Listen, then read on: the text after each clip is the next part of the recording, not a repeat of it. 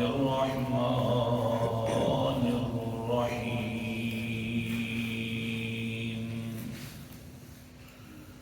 من ذا الذي يشفع عنده إلا بإذنه الآية صدق الله العظيم. من کون ہے الذی جو ہستی یشفع سفارش کر سکے عندہ اس کے پاس الا مگر بإذنہ اس کی چاہت کے ساتھ. آیت الکرسی کی 5ویں دلیل کا تذکرہ اور اللہ تعالیٰ کی طرف سے دلیل جلالی بیان ہو رہی ہے. اللہ تعالیٰ فرماتے ہیں کون ہے جو میرے سامنے سفارش کر سکے میری اجازت کے بغیر. یہ ایک جلال والا لفظ ہوتا ہے، سوال کیا جاتا ہے. تو سمجھانا اللہ یہ چاہتے ہیں کہ جو انسان اور جو ہستی میرے سامنے اپنے لب بھی نہیں کھول سکتی میری اجازت کے بغیر تو تمہاری بگڑیاں کیسے بنے گی. اور جو میرے اجازت کے بغیر اپنی زبان سے الفاظ نہیں نکال سکتے تو تمہارے لیے داتا کیسے بن گئے. میری اجازت کے بغیر کچھ کہہ نہیں سکتے تو تمہارے دستگیر کیسے بن گئے، کھوٹیاں قسماں کھریاں کرنے والے کیسے بن گئے. جب میرے سامنے کچھ کہہ نہیں سکتے، جب میں بولوں تو بڑے بڑے فرشتے کانپ جاتے ہیں، تو پھر میرے سامنے کوئی کچھ نہیں کر سکتا. جب کوئی کچھ نہیں کر سکتا تو پھر مسئلہ سمجھ آ گیا کہ عبادت کے لائق ہے تو صرف اللہ تعالیٰ ہے. اللہ اکبر کبیرہ. پھر شفاعت جو ہے، سفارش دو قسم کی ہے. پہلی سمجھا رہا تھا کہ سفارش قہریہ، زبردستی سفارش، یہ یہودیوں کا نظریہ تھا. محبت والی سفارش کہ اللہ محبوب بنا لیتا ہے اپنے بندوں کو اور مجبور ہو جاتا ہے، یہ عیسائیوں کا نظریہ تھا.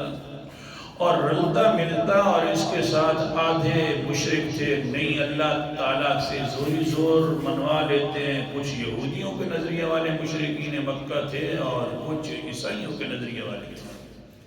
اللہ نے فرمایا کوئی نہ میں محبت کے اندر اس طرح کی سفارش ہے میرے سامنے، نہ میرے اوپر کوئی زوری زور منوا سکتا ہے. کون ہے جو اس طرح کا کام کر سکتا ہے؟ سبحان اللہ. پھر کل کے سبق کے اندر میں نے سمجھانے کی کوشش یہ کی کہ حضرت ابراہیم جد الانبیاء پیغمبر ہونے کے باوجود بھی اللہ نے جب تک اجازت دے رکھی اپنے باپ کے لیے استغفار کر تو کرتے رہے. جس وقت اجازت ختم ہوئی تو استغفار بھی ختم ہو گیا. باپ کے لیے استغفار نہیں کر رہے. اللہ فرماتے ہیں دیکھو ابراہیم کو دیکھو، جتنے تک میں نے کہا اچھا ٹھیک ہے آپ زبان کھولیں اور آپ میرے سامنے استغفار کرتے رہے. جب میں نے کہا بس بیندہ استغفار نہیں کرنا وعدہا یا، تو فوراً ہی رک گئے. اتنے بڑے نبی ہونے کے باوجود بھی اگر زبان میرے قبضے میں ہے تو پھر مان لو کہ ہر چیز کا کنٹرول میرے قبضے میں ہے. یہ پہلے نبی کی بات تھی. آج امام الانبیاء کی بات کر رہا ہوں، جد الانبیاء کی ہو گئی. سمجھانے کی کوشش یہ ہے کہ کسی کے دل کے اندر اور دماغ میں کوئی مغالطہ نہ جائے کہ یار وہ تو کافر تھا اس لیے اللہ نے کہا کہ نہیں کرنی دعا. اگر مومن ہو تو پھر تو یہ کروا سکتے ہیں. اپنی زبان جو ہے ان کے لیے کھولی جا سکتی ہے. حدیث پاک بخاری شریف میں حضرت خباب بن ارت رضی اللہ تعالی عنہ سے روایت ہے. کیا کہتے ہیں؟ قال صلی رسول اللہ صلی اللہ علیہ وسلم صلاة فأطالها قالوا یا رسول اللہ صلیت صلاة لم تکن تصلیها. حضور صلی اللہ علیہ وسلم نے نماز پڑھنا شروع کر دی، نوافل پڑھ رہے ہیں، اللہ تعالیٰ کے سامنے مانگ رہے ہیں، نماز پڑھنا شروع کر دی۔ اتنی لمبی نماز پڑھی، صحابہ اکرام فرماتے ہیں کہ اس طرح کی لمبی نماز کبھی نہیں پڑھی تھی ہمارے سامنے۔ پاؤں مبارک پر ورمانا شروع ہو گئے۔ جب حضرت محمد صلی اللہ علیہ وسلم نماز سے فارغ ہوئے تو صحابہ نے فرمایا صلیت صلاة لم تکن تصلیہا۔ اللہ کے پیغمبر جی، آج آپ نے کتنی لمبی نماز پڑھی ہے کہ اس طرح کی کبھی نماز نہیں پڑھی تھی۔ قال النبی صلی اللہ علیہ وسلم اجل، حضرت محمد مصطفیٰ صلی اللہ علیہ وسلم فرماتے ہیں جی ہاں صحابہ کرام جی، آج میری بڑی نماز تھی۔ اللہ کے رسول جی خیر ہو کیوں نماز لمبی کر دی اتنی؟ فرمایا فَإِنَّهَا صَلَاةُ رَغْبَةٍ وَرَهْبَةٍ، آج میں نے ایک بڑی امید کے ساتھ نماز پڑھی ہے اور بڑے خوف کے ساتھ نماز پڑھی ہے۔ مسئلہ سمجھ آ گیا؟ امام الانبیاء ہے، پھر بھی امیدیں لگا رہا ہے تو کسی اور ہستی پر امیدیں لگا رہا ہے۔ نہیں سمجھے؟ امیدیں لگانی ہے تو صرف کس کے اوپر؟ نہ اپنی نمازوں پر امید ہے، نہ اپنے روزوں پر امید ہے، نہ حج اور زکاتوں پر امید ہے، نہ کسی غیر پر امید ہے تو صرف کس پر امید ہے؟ قرآن مقدس کا امتحان بھی سنتے جاؤ نا، سبحان اللہ۔ سورت کا نام سورت النحل ہے، 14واں پارہ ہے۔ اللہ کے پیغمبر کے پاس آ گئے فرشتے حضرت ابراہیم علیہ السلام کے پاس، آیت نمبر 53، 54 اور 55 کی تلاوت کر رہا ہوں۔ کہنے لگے اِنَّا نُبَشِّرُكَ بِغُلَامٍ عَلِيمٍ،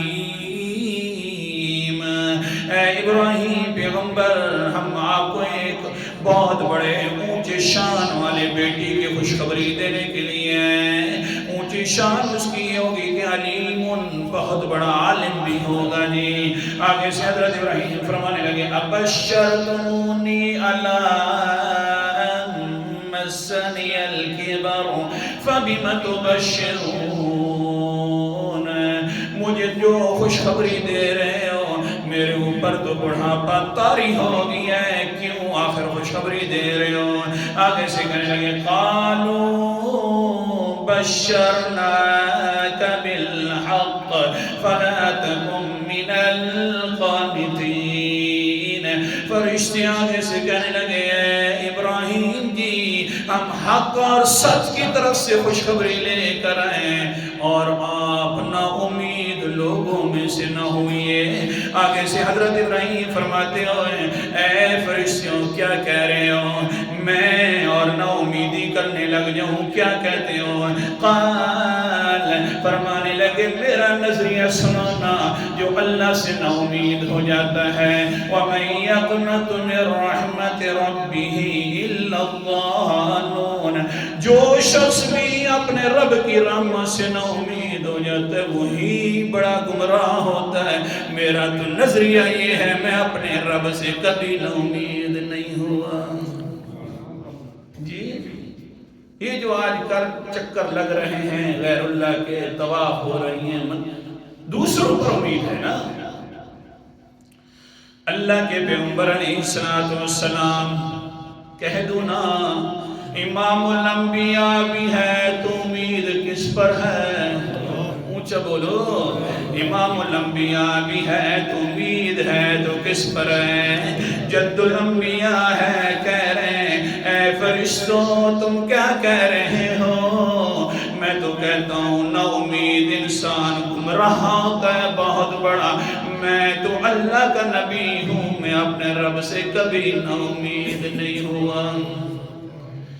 سبحان اللہ۔ اس لیے تو اس طرح کی شاعر کہتا ہے نا، کدھر چل پڑے ہو، نہ دین رہا نہ اسلام رہا، او لوگو کہاں جا رہے ہو؟ پیغمبر کی سنت کی طرف آ جاؤ نا، پیغمبر کے اوپر اترنے والی کتاب جو ہے اس کی طرف آ جاؤ نا۔ اس لیے کہنے پڑتا ہے وہ ساتھی، اسا مسلم ہاں سر حق بن دے۔ اگر سبحان اللہ ناف ستان دس رہے کی شعر پورا پڑھ سکتے، اسا مسلم ہاں سر حق بن دے، اسا دین اسلام کو پیار کروں، اسا مسلم ہاں سادہ حق بن دے، اسا دین اسلام کو پیار کروں، بے دین کو دین دراس تلوں، بے دین کو دین دراس تلوں،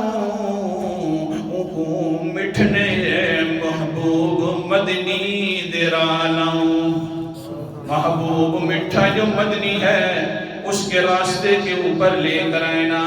آگے کیا کہتا ہے؟ شیطان انسان دا دشمن ہے، شیطان انسان دا دشمن ہے،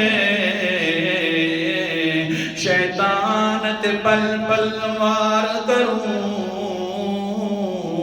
ہے راستہ جیڑا بخشش دا، ہے راستہ جیڑا بخشش دا، اسرادش اس کو اختیار کروں۔ بخشش کا راستہ یہی ہے کہ امید لگانی ہے تو صرف کس پر لگانی ہے؟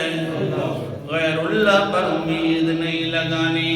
ہاں امام الانبیاء کا بھی نظریہ یہی ہے، اور جد الانبیاء کا نظریہ اللہ کے پیغمبر جی پھر وہ جو نماز پڑھے تھے بڑی امید والی اور خوف والی، وہ کیا تھی؟ فرمانے لگے اللہ کے رسول جی سبحان اللہ، کیا کہنے لگے؟ بڑے عجیب الفاظ ہیں۔ فرمانے لگے اے صحابہ کرام جی سنو نا، پھر میں مانگنے لگے انی سألت اللہ ثلاثا فأعطانی اثنتین ومنعنی واحدا۔ میں اللہ تعالیٰ سے 3 دعا کی، اتنی لمبی نماز کے اندر مانگتا رہا 3 دعائیں، اللہ تعالیٰ نے 2 دعائیں تو میری قبول فرما لی ہیں، اور تیسری دعا سے مجھے منع فرما دیا ہے کہ آئندہ کے لیے میرے سامنے یہ دعا بھی نہیں کرنی۔ نہیں سمجھے سبق؟ او لوگوں امام الانبیاء کی زبان بھی قبضے کے اندر ہے، کنٹرول کے اندر ہے، تو کس کے دعا کر رہے ہیں؟ اللہ فرماتے ہیں میرا پیغمبر آئندہ کے لیے خبردار ہو جاؤ، آئندہ کے لیے یہ بات سن لو، یہ تیسری دعا میرے سامنے کبھی نہیں کرنی۔ حالانکہ قرآن مقدس کا انداز ہے، اللہ تعالیٰ فرماتے ہیں سبحان اللہ، سورت کا نام سورت مومن ہے اور 24واں پارہ ہے۔ اللہ فرماتے ہیں ادعونی ربکم فاستجاب لکم انی ممدکم ادعونی استجب لکم۔ آیت نمبر 60 ہے۔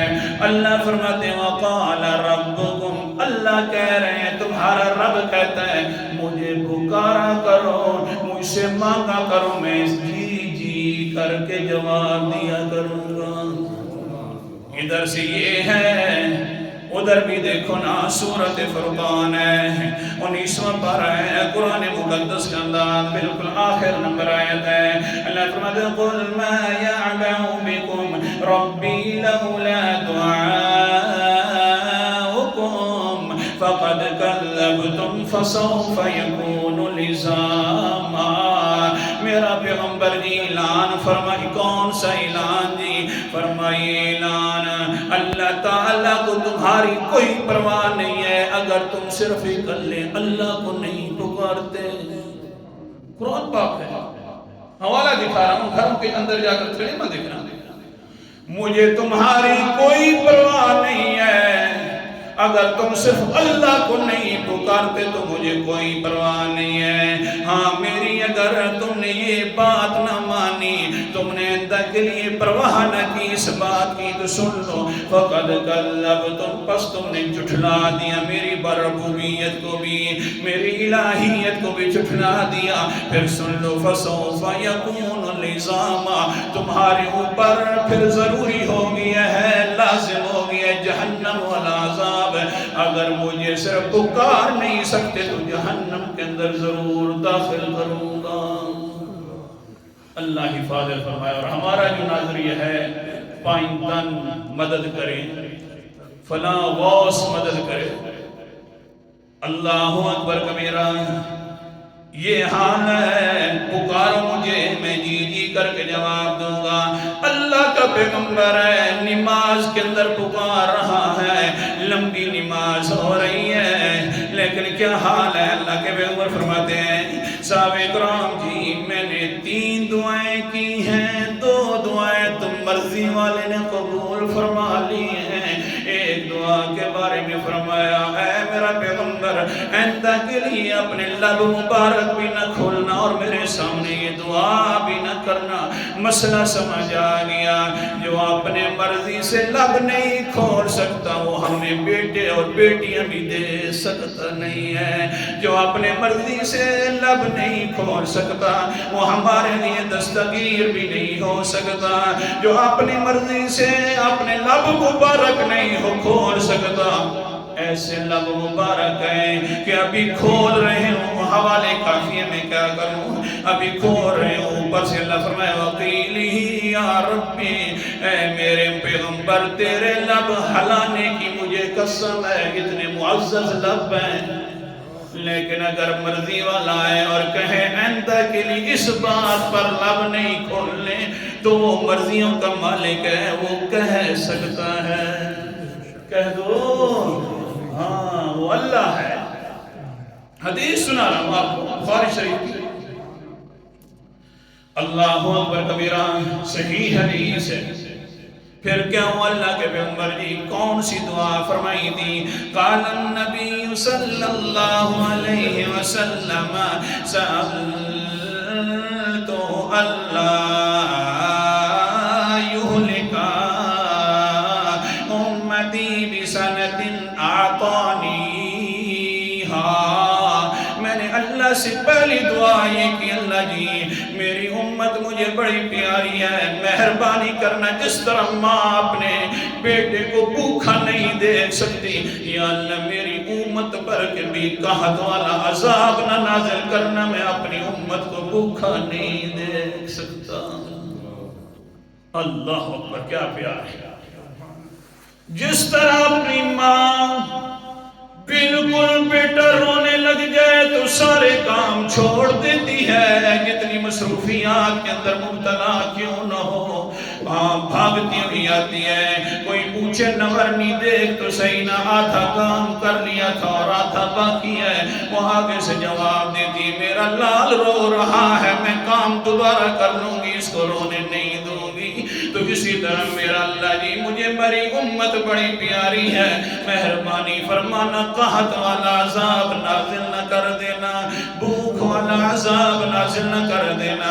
اللہ تعالیٰ نے یہ میری دعا قبول فرما لی کہ قحط کے ساتھ تیری امت کو نہیں ماروں گا۔ پچھلی امتیں آئی ہیں، قحط کے عذاب بھی نازل ہوئے ہیں، بہت سارے حوالے ہیں، اللہ اکبر کبیرہ۔ دوسرے میں نے دعا کی سألت اللہ یسلط علیہم عدوا من غیرہم، تیسری دعا مانگتا رہا اللہ تعالیٰ سے اللہ جی مہربانی فرمانا ان کے اوپر ایسا دشمن مسلط نہ کر دینا کہ ہر کسی کو تباہ کر کے رکھ دے، میری امت کا نام نشان بھی مٹ جائے، اللہ ایسا نہ کرنا۔ اللہ فرمایا ٹھیک ہے، فَعَتَانِي، اللہ نے وہ بھی مجھے عطا فرما دی۔ تیسری دعا کی میں نے سألت اللہ یذیق بعضهم بأس بعض فمنعنیہا، میں نے دعا کی اللہ جی میری امت آپس میں نہ لڑے، مہربانی فرما۔ اللہ نے فرمایا میرا پیغمبر میں نے یہ قانون لکھ دیا ہے تیری امت بھی آپس میں لڑتی رہے گی، لہذا آئندہ کے لیے میرے سامنے یہ دعا بھی نہ کرنا۔ مانگنے والے امام الانبیاء ہیں اور اپنی امت خیر الامت کے لیے مانگا جا رہا ہے، قبول نہ کرے، لب کھولنے کی بعد میں اجازت نہ دے تو اسی کو الہ کہتے ہیں۔ آخر دعوانا